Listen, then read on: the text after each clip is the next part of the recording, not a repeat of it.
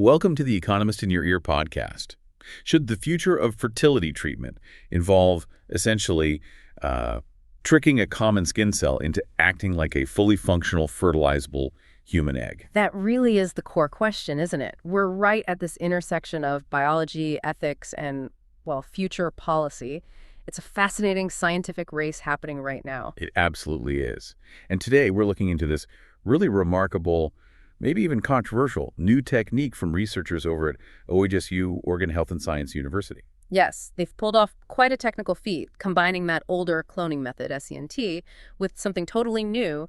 They engineered this process called mitomyosis. The aim being essentially to create viable human eggs from a woman's own cells, like, say, skin cells. Exactly, to help women who lack their own usable eggs. Okay, so our goal today is crucial, I think. We need to get past just the headline saying success. We have to unpack the science, sure, but also really look hard at the biological hurdles, the regulatory roadblocks, the ethical questions. Things that often get a bit lost in the excitement of a lab breakthrough. Precisely. What does this actually mean for people struggling with infertility, down the line? Well, let's start with the basic problem they're trying to solve. For a woman who can't produce her own eggs, maybe because of age or illness or certain medical treatments, the only option right now is using a donor egg. Right, which carries its own set of challenges and isn't always accessible. Absolutely. So researchers are asking, could we use a different cell from her body, something easy to get like a skin cell, and turn that into an egg? And the method they picked is interesting, bringing back somatic cell nuclear transfer, SCNT, that's the Dolly the sheep method, right? Yeah. Why go back to cloning tech? It seems counterintuitive, but it's because the environment inside a mature egg cell, the cytoplasm, is incredibly powerful. It knows how to reprogram a nucleus. Ah, okay. Yeah, so the OHSU team took a donor egg, removed its nucleus, that's called enucleation, and popped in the nucleus from a skin cell instead. Okay, but that skin cell nucleus has the full 46 chromosomes. Mm-hmm. If they just stopped there, wouldn't that just be cloning the woman? Exactly. Cloning wasn't the goal. They needed to create an egg that could be fertilized by sperm, so they had to figure out how to get rid of half those chromosomes down to the 23 needed for fertilization. Right, like a normal egg or sperm. Precisely. Yeah. And that's where their clever bit of engineering, this mitomyosis, comes into play. Natural meiosis, the way our bodies make eggs and sperm, is this really elegant, complicated process. It takes weeks. And they couldn't just replicate that in the lab. No, not directly. So they engineered a kind of shortcut, a workaround. So how did they do it? How do you just, convince a nucleus to randomly ditch half its chromosomes? Well, convince might be the wrong word. They forced it. They put the skin cell nucleus with its 46 chromosomes into the enucleated egg. Then, using the egg's own powerful internal signals, they triggered cell division before the DNA had duplicated itself. Okay, so they sort of hijacked the egg's machinery. Essentially, yes. This forced custom division mitomyosis is designed to split the 46 chromosomes down to roughly 23. It sounds, incredibly complex, like cellular engineering on the fly. It is, and it's a remarkable piece of science, a real proof of concept. They started with 82 of these reconstructed eggs, fertilized them, and watched them develop. And the result? A small number 5 eggs, which is about 9% actually, developed to the blastocyst stage. That's an early embryo. They stopped the experiment there. 10%, okay. Even very cautious experts acknowledged it was a, quote, remarkable achievement. At least for basic science, for understanding how eggs might be made. Okay, but here's where we need to shift gears, right? From the wow science factor to the critical interpretation. Because when the headlines say functional eggs created, people listening imagine eggs ready for the clinic. Exactly. And that's not what functional means here. In this lab context, functional just meant it could be fertilized and start dividing. It says absolutely nothing about whether it's genetically normal or safe for actual use. So let's dig into the problems. The sources flag some major scientific blockers, don't they? Issues that mean this isn't a fertility treatment anytime soon. Oh, absolutely. 3 big ones stand out, mainly around genetic integrity. Let's start with the most fundamental. The genetics. This mitomyosis process. It has a key difference from nature's way, right? A critical difference. The biggest flaw is that it completely skips the crucial steps of the first meiotic division, meiosis the third. That's where pairs of chromosomes find each other, line up, and importantly, swap bits of genetic material. We call that crossing over. That sounds important, like quality control. It is quality control. Crossing over helps ensure that when the chromosomes split, each resulting egg gets one correct copy of each chromosome. Mitomyosis skips all that choreography. So what happens instead? Without that pairing and swapping, when the chromosomes segregate, when the cell kicks out half of them, it's basically random. It's chaotic. Meaning you get the wrong number of chromosomes. Very often, yes. That's called aneuploidy. You might end up with, say, 3 copies of one chromosome and none of another. This usually leads to miscarriage or severe genetic disorders. So it's not just reducing the number, it's about getting the right set of 23. Precisely. And even the lead researcher, Dr. Metalopov, acknowledged this. He reportedly said their system kind of makes errors, and that only about half the chromosome pairs lined up properly on average. Okay, so kind of makes errors. Sounds like a major understatement if you're talking about creating a healthy baby. It's more like a genetic lottery with terrible odds. That's a fair assessment at this stage. Unless they can somehow engineer that pairing and controlled crossing over mimic real meiosis much more closely, the technique risks producing genetically abnormal embryos most of the time. All right, so that's the big chromosome issue. What else? You mentioned other risks. Yes, beyond the chromosome numbers, there are more subtle, hidden genetic issues. We need to talk about epigenetics, specifically something called imprinting. Okay, what's imprinting? Think of it like sticky notes on your DNA. These are chemical tags, usually methylation marks, that tell a gene whether to be on or off depending on whether you inherited it from your mother or your father. It's crucial for normal development. And creating an egg this way messes with those tags. It's a major concern. The process of taking a nucleus from a skin cell, putting it in an egg, forcing division, it's harsh. You have to completely erase the skin cell's old epigenetic marks and then correctly establish the egg-specific marks, including the imprinting patterns. That sounds incredibly delicate. It is. And SCNT itself is known to sometimes cause imprinting errors. If those patterns aren't set up perfectly, it can lead to serious developmental problems later on. We just don't know if this mitomyosis process gets the imprinting right. It's a huge unknown safety concern. Okay, so we have major genetic fidelity problems, both with chromosome numbers and these epigenetic imprints. What was the third blocker you mentioned? Yes. It's the sort of practical, almost ironic hurdle. The whole point is to help women who don't have eggs, right? Right. But this technique, as it stands today, relies heavily on donor eggs. Wait, how? I thought it used skin cells. It uses the skin cell nucleus, but that nucleus has to be put into an enucleated donor egg. Remember, they need that powerful egg cytoplasm to kickstart the process. I see. So you still need the eggshell, basically. Exactly. And not just one. To get those 5 blastocysts in the study, they had to use hundreds of donor eggs. Hundreds. Wow. Okay, so this isn't ending the need for egg donors anytime soon. Quite the opposite, at least in this form. It actually increases the demand dramatically. And there's another consequence of using the donor egg. Which is?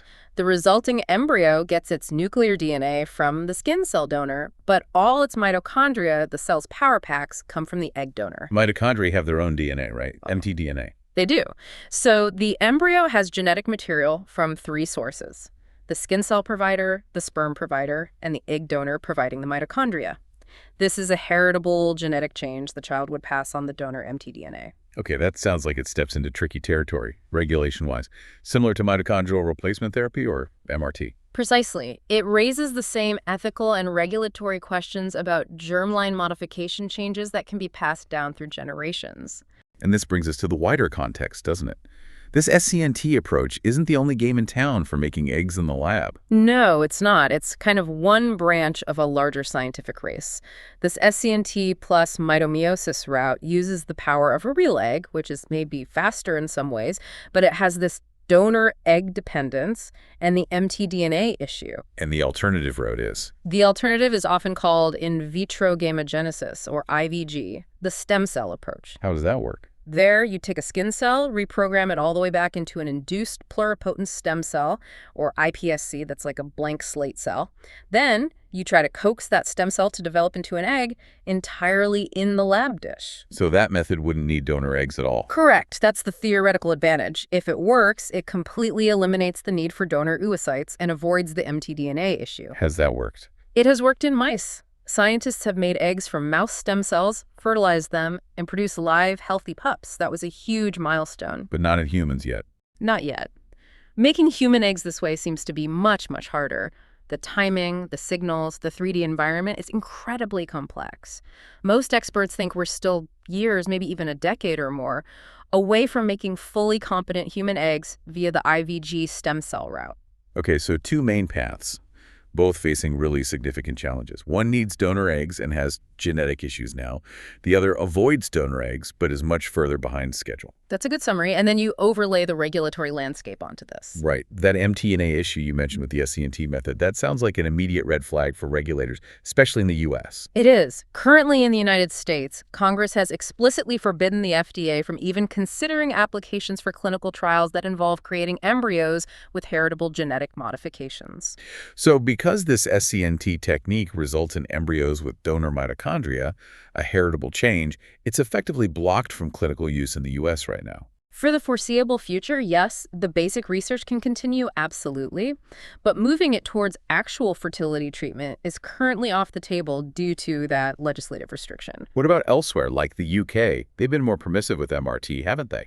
They have, but even the UK's regulator, the HFEA, has stated that clinical IVG, making eggs or sperm in the lab for treatment, is currently not lawful.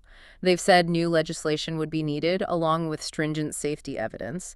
They also talk about timelines potentially stretching out for up to a decade before something like IVG could be considered clinically safe and legal. So the path to the clinic is blocked or, at best, very long and uncertain for both approaches right now. Yes, the regulatory hurdles are just as significant as the scientific ones, reflecting how cautious society is, quite rightly, about manipulating the earliest stages of human life. This really helps put the initial headlines into perspective. Which brings me to a couple of those narratives that popped up almost immediately. First, this idea that the OHSU work ends egg donation. Yeah, that one is just straightforwardly wrong based on the current method. As we discussed, it actually requires more donor eggs, not fewer. Hundreds more, potentially, for one attempt. So completely inaccurate headline. Completely. It might eventually inform research that could lead to alternatives, but this specific technique increases reliance on donors. And the second narrative. Yeah. That this opens the door for same-sex male couples to have biological children together. That was another big leap. First, the study didn't even try using male cells with XY chromosomes. Making sperm or modifying a male nucleus to work in an egg environment presents its own unique biological challenges, like how the X and Y chromosomes would segregate during that forced division. Okay, so technically much harder, maybe impossible with this method. Potentially. But even if they overcame that, you still have the fundamental issue. This technique, as it stands, needs a donor human egg to provide the cytoplasm and mitochondria. So you'd still need an egg donor regardless of where the nucleus came from. Exactly. So the idea that this immediately enables male couples to bypass the need for an egg donor is, again, a massive oversimplification based on the actual science reported. Okay, so let's try to synthesize this. We've got this SCNT plus mitomyosis technique. It's undeniably a clever piece of science, a step forward in understanding how we might reprogram cells towards becoming eggs. Absolutely. A genuine advance for basic research in human gametogenesis. The cellular engineering is quite impressive. And it's a big but. It's a big but.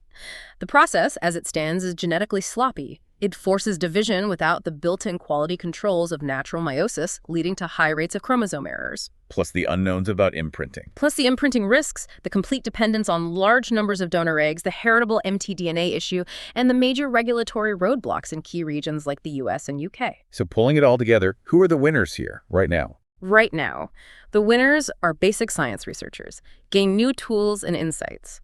And perhaps the public gets a chance to have a more informed debate about where this technology might go and what safeguards we need. It's definitely not fertility patients, not in the near term. This isn't a clinical option around the corner. Okay, final thought then.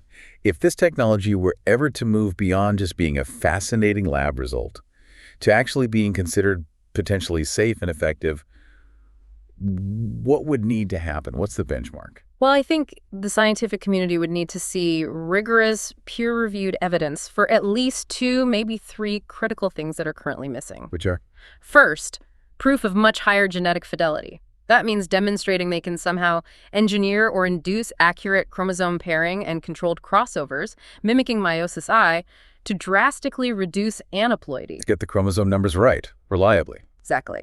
Second, they'd need comprehensive data showing that the epigenetic imprinting patterns are established correctly and stably across the whole genome in the resulting embryos. No shortcuts there. Prove it's safe at that molecular level. Right. And third, ideally, although perhaps further down the line, a pathway to vastly improve efficiency or even eliminate the dependence on hundreds of donor eggs. Otherwise, it just doesn't scale as a solution. So controlled genetics, correct imprinting, and ideally independence from donor eggs. That's quite a high bar. It is, and it needs to be. That's the challenging but necessary roadmap ahead if this is ever going to move from wow to works. Thanks for listening. Follow us for daily insights into world affairs. And don't forget to like, comment, and share.